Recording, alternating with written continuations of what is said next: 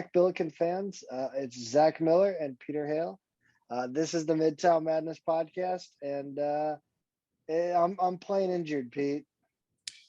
Yeah, this is a real treat for those who consume this show on YouTube because you're going to see a Zach Miller laid up in bed or against something. I guess you're laying down in bed, aren't you? Yeah, it's my headboard. Yeah, with like pillows propped up.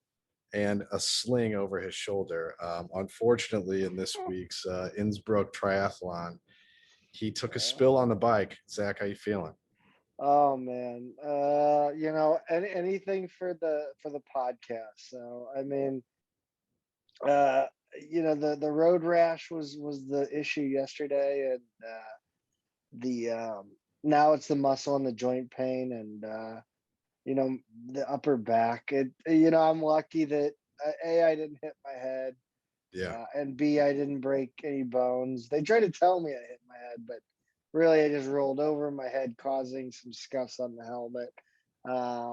But yeah, just 24 and a half miles into the 25-mile bike ride, lost concentration, and I don't even remember if I was like taking a drink of water or what I was doing. But I don't even know why I was like hugging the side of the road, because I was back in the resort at that point and wasn't even worried about cars. So kind of a stupid mistake, and I'll forgive myself for it. But I guess it's humorous that I was planning on practicing this was solely a bike practice race for me. So like, of course I decided to lay the bike down, and yeah, the bike's in better shape than I am. I'll tell you that much. Well, that's good. That was my next question. Yeah. But to think you were all worried about the safety of our friend of the show, Jon Bell.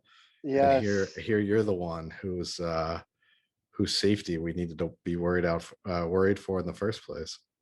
Well, actually, Jon Bell has officially pulled out. Oh, he did. Yes, he made it. Oh, that's a new announcement. Yeah, no, I just saw it on the Twitter. I believe he's in Wyoming, and he has. Let me pull it up because I want to get this right. But he had an issue with his back and his neck, I think. So, Rollins, Wyoming, Shermer's neck for the past 3 days. Body said no more. Google Shermer's neck. It's not painful, but it makes it hard to be competitive on a bike. So, unfortunately, sad to see his Trans-American bike race come to an end. Yeah, it's pretty incredible. There's certainly no shame in riding from Astoria, Oregon, all the way to Rollins, Wyoming in the span of a couple weeks. For anyone who's been out to that part of the country or knows anything about the geography of the Western U.S., that's a really merciless stretch of road between those two places. He basically did the Rocky Mountains and got close to the end of the real Rockies. I mean, he's still pretty high up there in Rollins, but it's mostly downhill from there. But man, unfortunately, I guess he's done. That's a shame. Yeah, no, I'm just glad he's safe. Yeah. Truthfully, I mean, I looked at, you look at some of that terrain and thinking about, maybe I didn't have the fitness, and that's what led me to lose concentration. There are places along that stretch where you don't. I mean, if you lose focus, you're going down.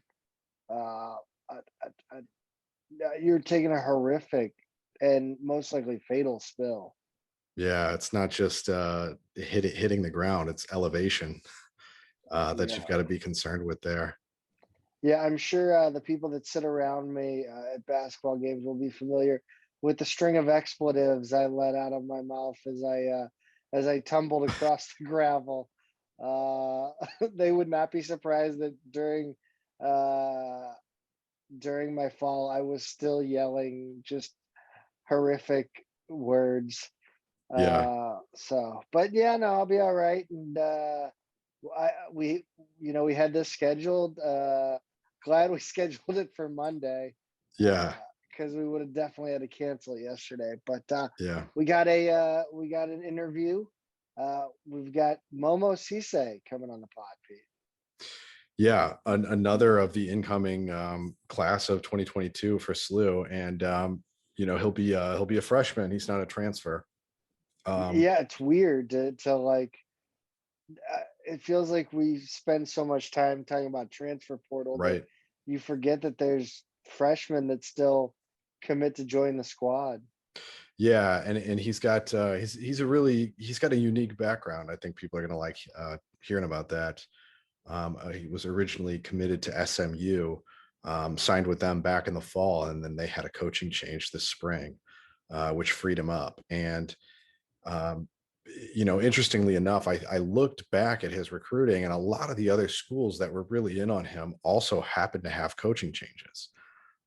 So I think this was a situation of SLU kind of getting in at the right time, um, because a lot of the schools that would have recruiting picture, didn't, because the staff turned over and they've got a whole new recruiting board.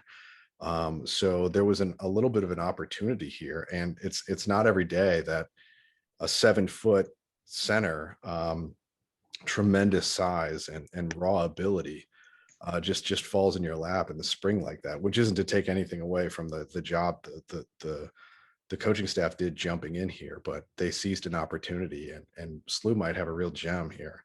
He'll be playing with 2 seniors this year, and then that front court's wide open for him.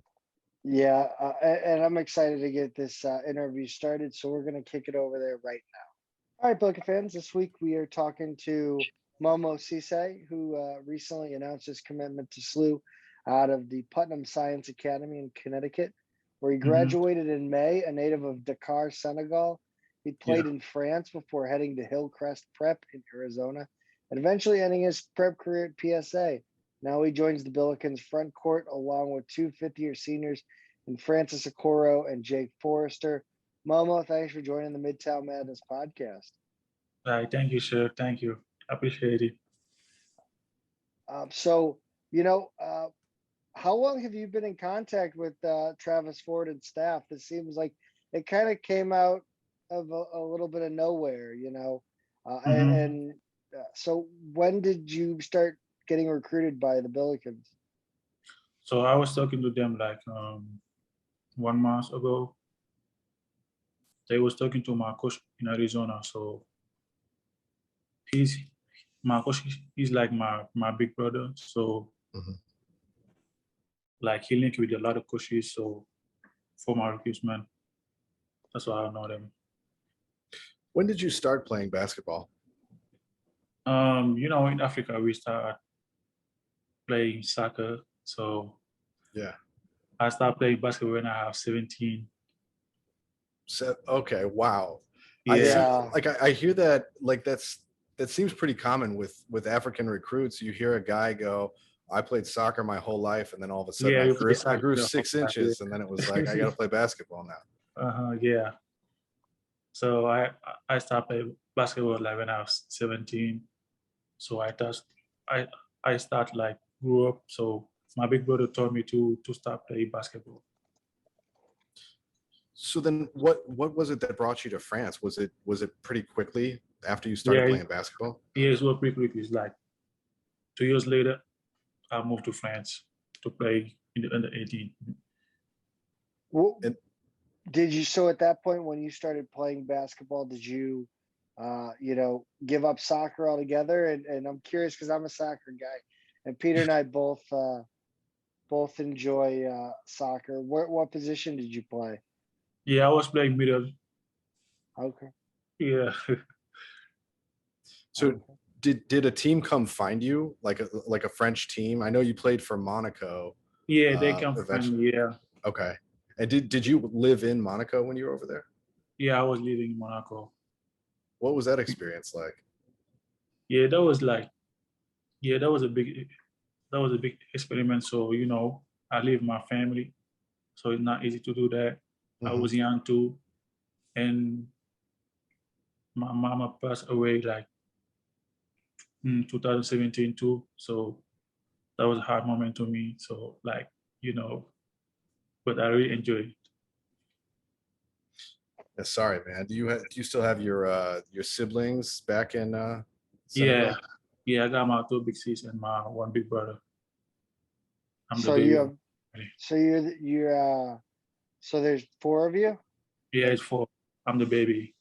Oh wow. Were they athletic, or were you kind of the athlete of the family? Huh? Excuse me? Oh, sorry. Were they also into basketball, soccer, and all that, or Yeah, were my you big kind of brother, the? my big brother still play basketball at home. Okay. How did you end up moving over to the United States and end up playing out at Hillcrest Prep in Arizona? Yeah. So they saw my video on YouTube. Yeah. Oh wow. And then So they I, just so they find that and they just reach out to you, just kind of cold Yeah. call. Yeah. They start talking to me, and after 3 months, so I came here. I'm finding it interesting, that they found you on YouTube because that this new movie that came out, the new basketball movie with Adam Yeah. Sandler, has been kind of people love it. It's a really good movie, but I was wondering if you'd seen it and you saw that it's got a big YouTube's got a big presence in social media. Yeah. The social media got to be present. Yeah, for sure. How, Did you send your YouTube video around, like you and your coaches in France? Was your goal with that to try and come over to the US and play, or did it just they just reached out to you and it kind of put the seed in your head? Um, when I was in Africa, I still dream like I want to go to America and play basketball. So that was my first dream too, before I came to France. was there any part of the United States that you had seen, kind of in your research that you were eyeing, or was it just kind of anywhere, wherever the opportunity took you? Anywhere, anywhere. So then what was the experience at Hillcrest like? And what eventually made you want to move on to Putnam? So in Hillcrest,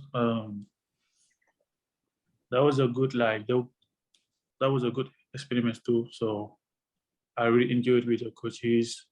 So and after like I got one travel, so I you know I don't want to talk to so like and after I move on.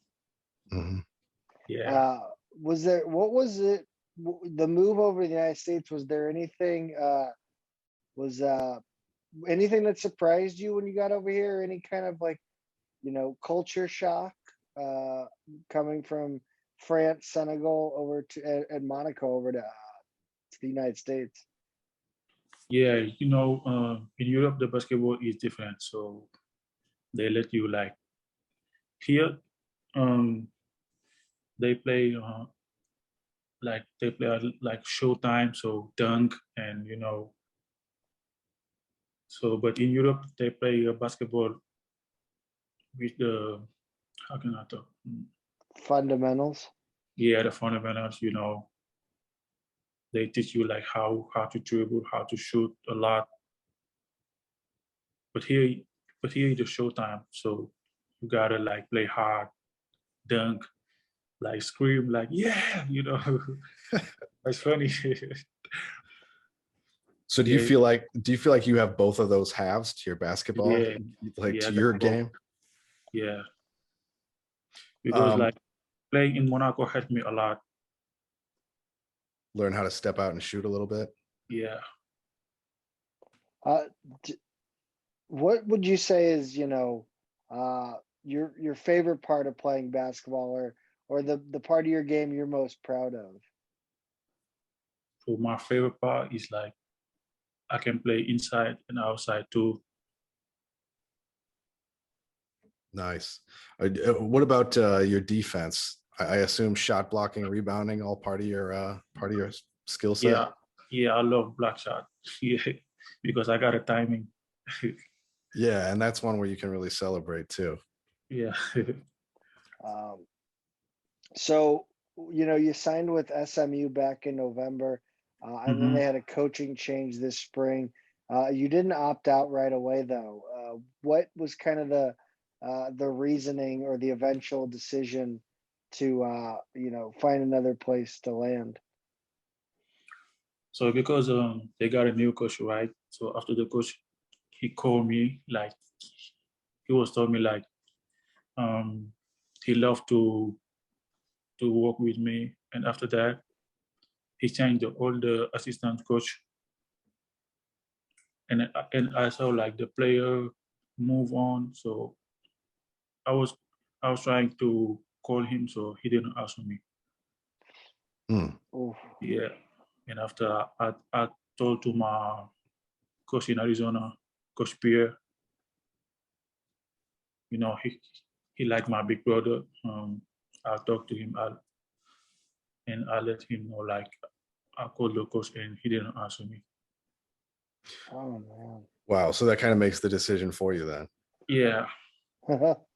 So when you enter, or well, I guess yeah, you're not transferring, so you're not entering the trade. But when you re-enter, the recruiting pool, what schools were reaching out to you, and were you taking any other visits and then SLU?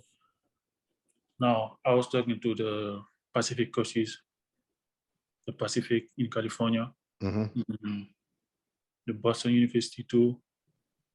Um, yeah, they was Paci- talking to, huh? oh, sorry, go on. Yeah, they was talking to Coach Pierre about me.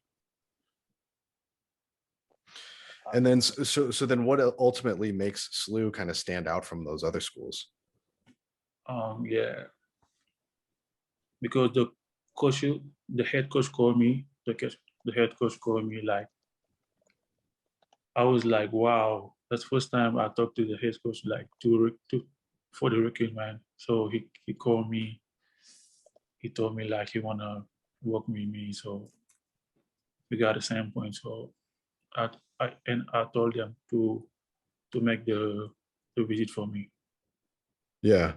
So Mhm. then what ultimately were you looking for in a school? Is it a matter of opportunity, like to play right away? Was it more of a long-term development program? What were the things that you really wanted in a experience in college? So my experience is like I want to go where they love me, they treat me like a family, you know. And after when I where they can develop me, and you know, my goal is to make it to the NBA. So I was talking to the coach, and he said he can help me. And now I see like they love me like a family, you know. Yeah. That's what I'm saying. Yeah. And that's great. That's good to hear. I always like to hear Yeah. that from a SLU visit. I want to circle back for a minute though. You won the national prep championship this season with Putnam Science Academy. Yeah. What would you say you learned over the course of the year playing for such a dominant team? I mean, you guys won basically every game, right? Yeah. So just playing hard, you know. So I want to like thank all the coaches right there. So they love me. They treat me like, like their son. That was a good experiment too. Have you made your way from Connecticut down to St. Louis yet? Like, are you on campus already? No, I'm not on campus already. When will you head down to SLU?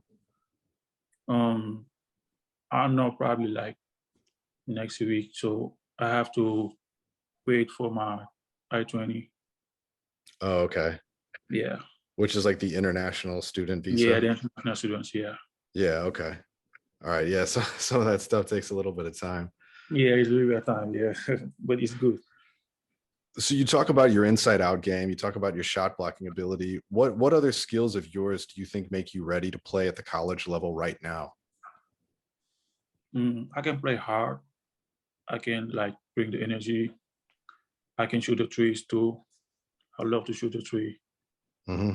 Yeah. So I mean that's a new thing for us. We haven't had many 7-footers at SLU over the years, let alone somebody who can step out and shoot the three. I think that's I think fans are gonna like seeing that. Yeah. What are the parts of your game that you still think you need to work on for the next level? Yeah, that's a good question. So I need to work on my my dribble. Yeah, my dribble. So I know I can dribble, but I want to like develop it, and I want to work my shoot too. I love like shoot. Yeah. Hmm. Do you have was there an assistant coach at SLU who kind of took the lead on your recruitment, or was it mostly Coach Ford, the head coach, who was recruiting you? Yeah, it's mostly over the head coach. You mentioned, family's super important when it comes to being treated by, coaching staff. What did Coach Ford do kind of specifically to make you feel so welcome? Can you repeat, please? Pete, do you want to help me out? Yeah, no, sorry, Zach's Sorry. he's a little drowsy from his pill that he took. Pain pills, yes. He's wondering like really like what are the things that Coach Ford said to make you said that family was an important thing for you, making you feel like they were going to love you and welcome you. What were the things that he said that made you believe that Coach Ford and SLU were the right people in place for you? So I was talking to the coach for the minutes to play. I'm going to be a Frenchman. So he told me like if I work hard, I can have a lot of minutes to play. Yeah. Yeah. I mean, that's one thing that's definitely true on this team. We have two other big men, basically. Yeah. It's the three of you. I mean, so there's a lot of opportunity for all three of you. There's a lot. And those two, it's not only opportunity this season, but those two are both fifth-year seniors who are going to move on. And then it's like, wide open. You know what I mean? Yeah. Like huge opportunity for you. For sure. So I'm curious. There's a restaurant right next to SLU in the City Foundry called Chez Ali that serves dishes from Senegal and Ivory Coast. Were you able to get over there? You visited, correct? And were you guys able to get over there? Yeah, I was like, I love my food in Senegal, so I know I will enjoy it for sure. Tell us kind of your favorite dishes, your favorite native dishes, because I don't think that I don't think many people are quite aware of what Senegal has to offer as far as food goes. Yeah, we love rice. We love the jollof rice. We love the chicken too. Yeah. Speaking my language. I'm gonna have to get over to Chez Ali. It's good. I actually went there on a recent visit back home. We went to the Foundry, and I saw that place in the corner and was like, "Oh, I'm checking this out for sure."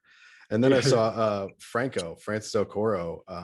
He tweeted about it or put it on his Instagram recently too. I think he really likes it. Yeah, Franco is like my big brother. Yeah. Yeah, from the same.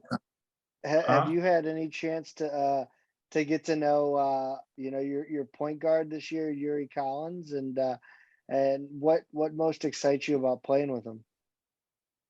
Yeah, I would love to play with him. So I watch his like the video, like I don't know how to say, but he a good he will give you the good pass, pick and roll, pick and pop.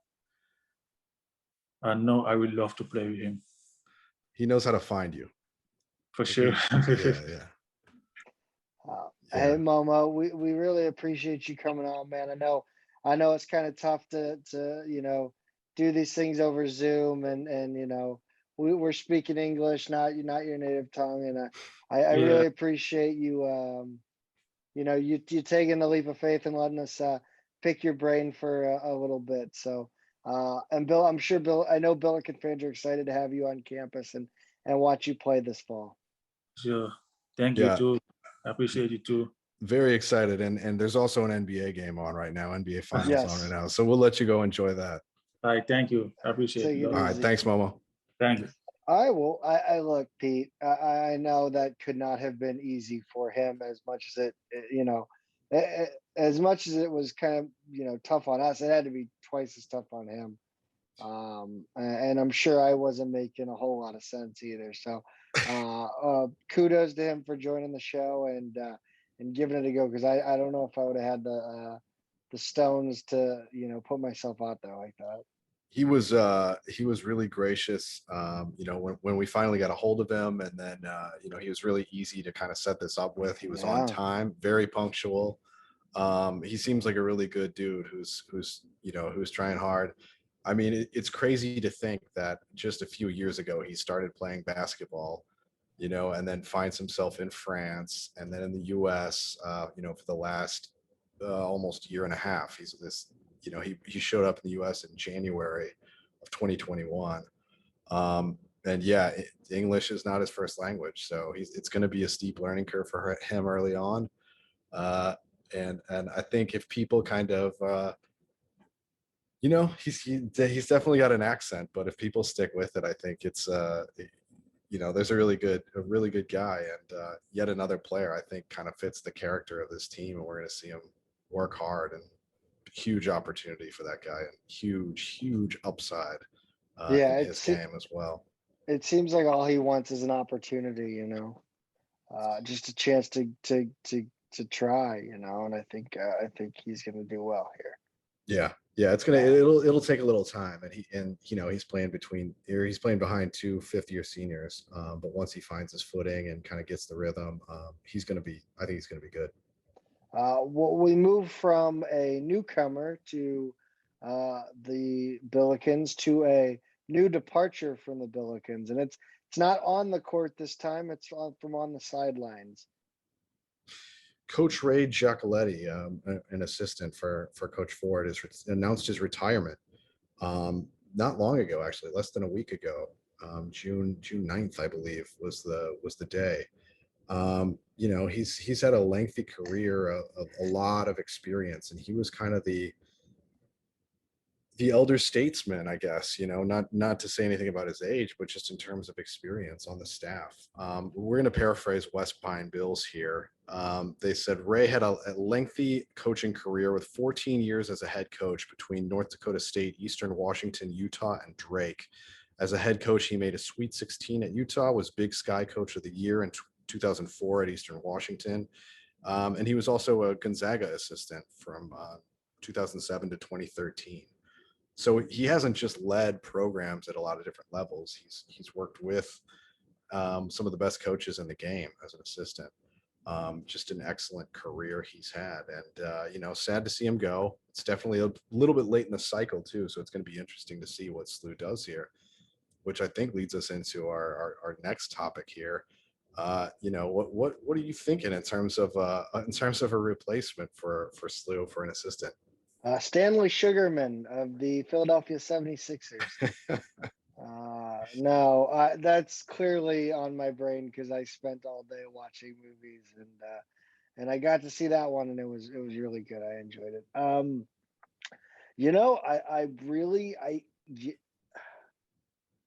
I think I've said this for a while now, and I would love to see Travis go with somebody outside. I've told Mike Wilson this. I'd love to see a little bit of a shakeup, and not for any specific reason of for anybody being bad at their job. Just just change something up, try something new. So I would love to see somebody from outside, or maybe an alumni that has coaching experience that maybe is kind of not in the Travis Ford tree of coaches. Yeah, I think the thing here that is tricky is it's not like a young assistant who's moving on. It's not like one of your less senior guys moving on to a job at maybe like a power conference program or something like this. This is a person with a ton of experience, who's retiring. And so it's a question of how do you want to replace that? Because you look at a guy like Forte, for all his energy, his recruiting ability, he's a young guy. He knows he's got a lot left to learn. Coach Tate is another one who's still relatively young. Even though he's been coaching a while, coached JUCO ranks, been an assistant at Mizzou and SLU. He's a guy who's you just can't make up for the experience of Giacoletti. So we kind of put the Twitter poll out there this afternoon, what people want in the next head coach. And it seemed like the things that people are most concerned about, number one was actually X's and O's. That doesn't surprise me though. Yeah. And that was over, like we put out X's and O's, experience, recruiting, or SLU or at St. Louis, like local ties. And X's and O's, of course, this is non-scientific. A few hours ago, Very and scientific. we've got 61 votes, but more than half of people seem like that's their main concern, is someone who can really who's got a more strategic mind. So I thought that was pretty interesting to see that's what people are focused on. I feel like between Tate and Forte, there's a ton of confidence in our ability to recruit. And so I think they want somebody who can really demonstrate that deep basketball knowledge. So I am curious what direction they go. I kind of put out a lot of different scenarios. When you look at the current staff, again, it's a lot of younger guys. Christian Nunez is the director of player development, and then you've got Brad Lewis, who's video and analytics, and then our two grad assistants are Devel Roby and Thomas Dzagwa. You wonder if Nunez got a chance to be an assistant. You can kind of, maybe the grad assistants are fit for that role, or the director of basketball operations, which is another position we're still looking to fill. But I know you said you'd rather go external, in which case you've got a ton of different directions you could go there. Yeah, we really we went down a rabbit hole among the SLU Twitter think tank. Yeah. This week, and I think we named a lot of fake coaches, not Yeah. Fictional characters. We named a lot of disgraced coaches. That was my specialty, I think. But yeah, I mean, you look at SLU players that are in coaching staff. Obviously, my guy Anthony Drea comes to mind. I've always said I'd love to see him get a shot. I don't know, he's got a young family still, even though I think his kid's playing AAU ball, so I'm not sure he'd want to relocate his son. His oldest is. He's got a couple more behind him. Yes. You look at the Australian connection. You got guys like Brian Conklin, Kevin Lish. Danny Brown's got head coaching experience in a completely different segment where, I think Danny Brown's an interesting candidate because he's doing a lot with a little, right? We talked to Coach Tillett about that at Navy, and I think he's got an even more restrictive recruiting pool. Yeah, I think he has. I want to say he did talk about how, it can be an advantage though to him. He can offer $100,000 starting salary to his players, but they obviously have to be of a certain ability level in the classroom. Right. You've got Corey Frazier. That's a big, a big name as far as St. Louis ties go. Jamal Walker, Erwin Claggett, Anthony Bonner, Drew Diener. Diener would be a wildly interesting name, I think. Yeah, it's a funny one, and we talked to him right before the season started because we had that exhibition game. We didn't talk to him for that I'd long. like to not remember that exhibition game. I know. Yeah, little did we know what was in store. Mhm. Yeah, he's certainly an interesting name. He's a guy from my era. He was a bit of a prankster and a jokester back then, so I still kind of have that that drew and had and in my head, and it's hard to think of someone who's now in his early 40s and leading a program for all these years. Um, yeah, I mean, look, a lot of these guys whose names we throw out, they're not necessarily guys who would be interested, and vice versa. A lot of them have gigs that they really like. What has been most interesting to me of the former players is it seems like Brian Conklin is really lobbying right now for an assistant coaching job, and he's actually like retweeted people saying like, "Hey, hire Brian Conklin." He's retweeted that, and he's like replied to things like given his kind of bona fides, and he seems like he's really he's like, all right, I just stopped playing, I'm ready to coach, let's do it right now. I mean, he seems like he's got a full head of steam. Yeah, that's a super interesting idea. And I mean, again, like, I think my reaction to Brian being hired would be the same as, maybe, oh, geez, whoops. My reaction to, Rebecca Tillett being hired. I really value experience, I think, and longevity of that experience. Hmm. And I don't know. I mean, I'd love to see Brian be brought on as, a senior graduate manager and go from there. But I don't know about a full-fledged coaching position at this point. Yeah, I mean, it's tricky to replace somebody who, like we said, has so much experience with somebody who would be a new Yeah. assistant coach. And even though I think he would be and will be really good, it's a question of what SLU's need is right now. And some of the other names we threw out there, we had a little fun with it. I mean, we just had some A10 coaches who were let Yeah. go, in their current positions, like Matt McCall, who was a heck of an offensive schemer. Ashley Howard is a guy who comes from the Villanova program. Jamie Unchristian, who's definitely got a lot of technical abilities as a game planner. And then, people have had some fun talking about, well, what about other coaches who have either retired or might be semi-retired or were let go? Somebody like Jim Christian from Boston College is available. I think 3-star on Billikens.com mentioned him. I don't know how serious people are about Konzo Martin or Bruce Weber, but I would take Bruce Weber. I Bruce don't like Weber to Conzo. me would be the ideal fit for this job because he's somebody with like that level of experience. But I mean, now we're talking about guys who have made like 7 figures for a long time, and to come and then be just an assistant on a staff at an A10 program is maybe a little more of a humble pie than these guys want to eat right now. And I don't think it would necessarily be that. It would be them. It's for them, it's the difference between taking a year off and going and being an assistant somewhere, probably for only 1 year. If Coach K wants to come back to coaching, I mean, help take the Billikens to a natty.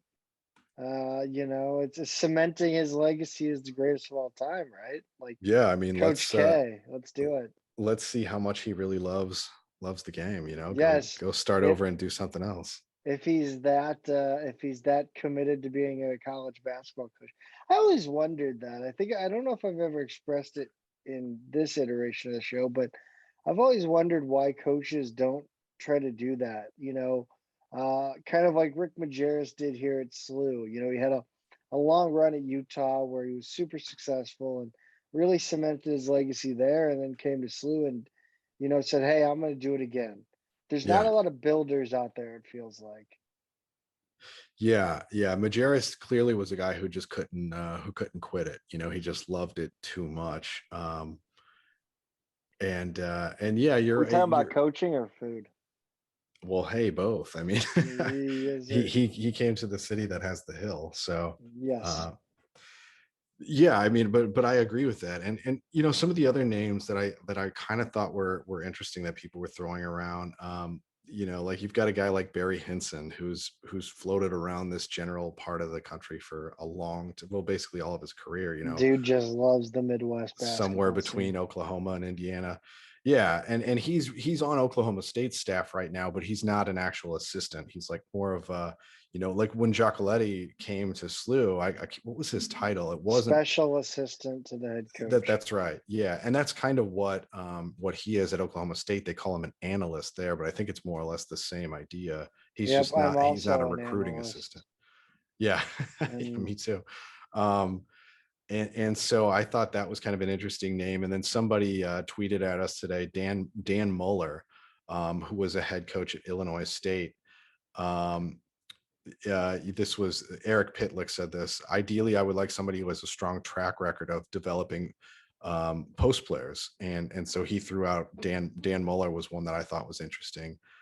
He also threw out Jonathan Maddox from Murray State, but I think he's associate head coach, and that would be tough to peel him away. And then Justin Tatum at CBC was one of the local or not alums, but former players, you know, coaching in the high school ranks. I don't appreciate you using the word peel after the Sunday I had. Yeah, sorry about that. Sorry Thank to give you you. flashbacks Yeah, as I look thank at you. your arm that's all wrapped up. Yeah, peeling me off the sidewalk. Or the asphalt. Yeah, no, I think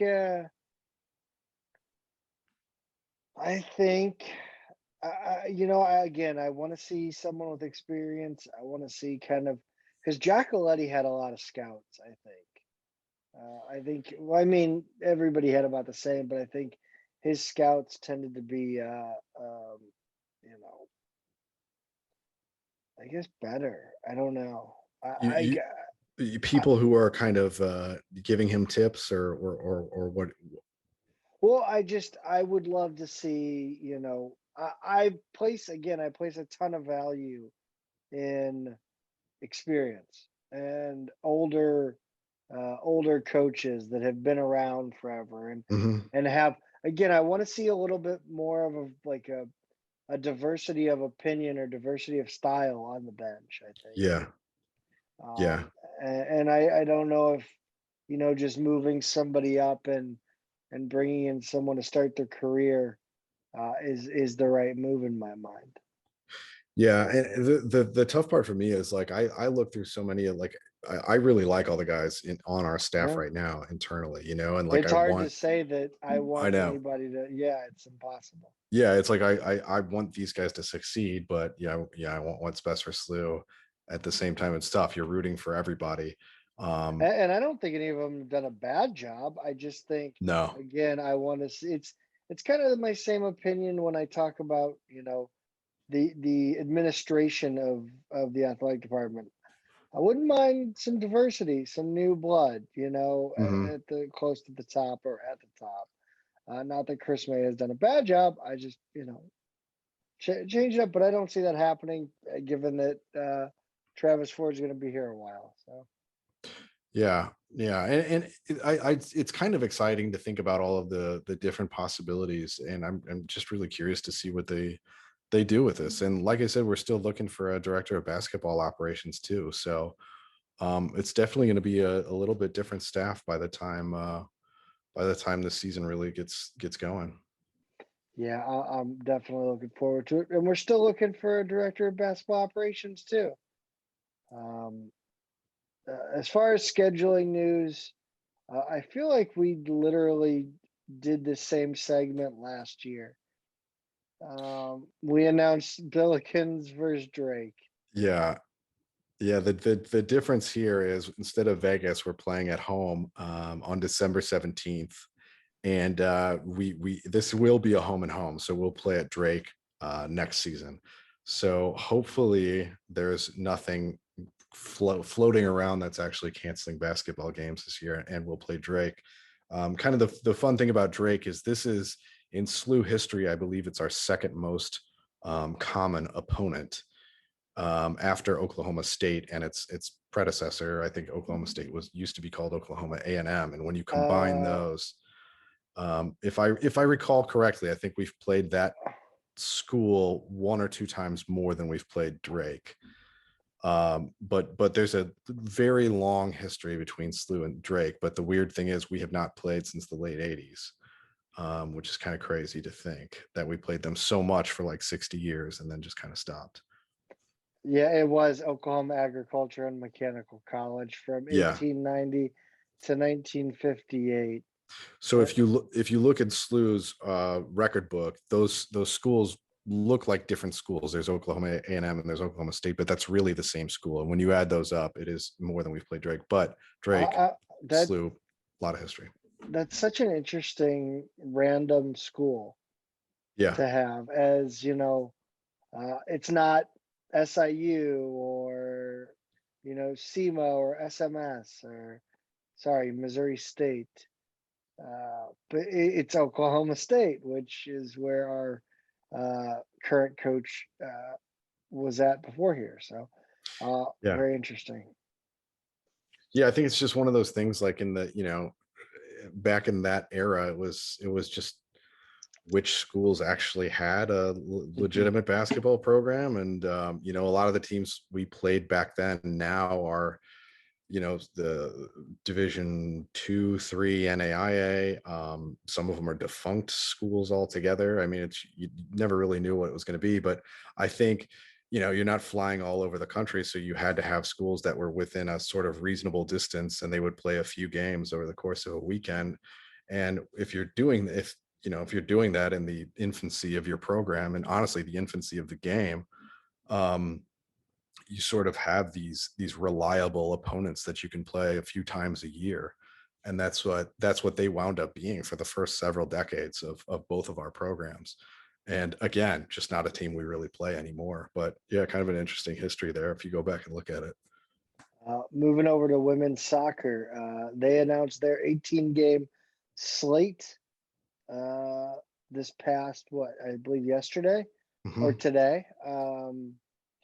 It's a good looking schedule, Pete. 2 home games against teams that are generally in the top 25, and then you get 5 with the A10. You get 5 and 5 home games, away games. Arkansas was number 3 in the RPI last year, and they're coming to Herman, as is Notre Dame, which was top 20 in the RPI.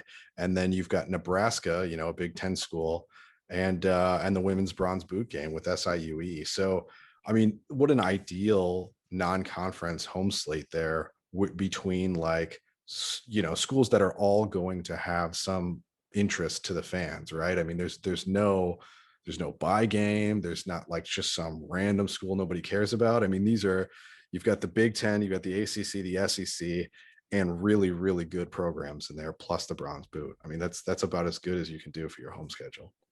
Yeah, Drake, Kansas City, Missouri State, and Xavier on the road. Katie Shields was pretty excited about this schedule. She said it accomplishes everything they want in the schedule because that it gives them a high level of competition, a variety of playing styles, which I thought was key. Not a lot of coaches kind of hit on that in their scheduling. And then it rewards their fans with good home games, for everybody who comes out to Herman. I love that they have an away game at Xavier too, because that's like the Xavier soccer field is probably 10 minutes from my house. So I'll be able to hopefully take my son out to that one and catch that game. Maybe my daughter too, depending on time of day. If it's a night game, maybe not. But that's great. And yeah, their first game of the season will be on August 10th at home. It's an exhibition against Lindenwood. It always seems like the games start earlier and earlier every year. It's like schools the past 30 years. They just start earlier and earlier. It's great. When I saw August 10th, I was like, oh my, that's not even 2 months away. Yeah. If it's within a month of my birthday, it's too early. July 17th. Yeah. All right. Put it on your calendars, everybody. Yes, exactly. Make sure to tweet at me. Please don't actually.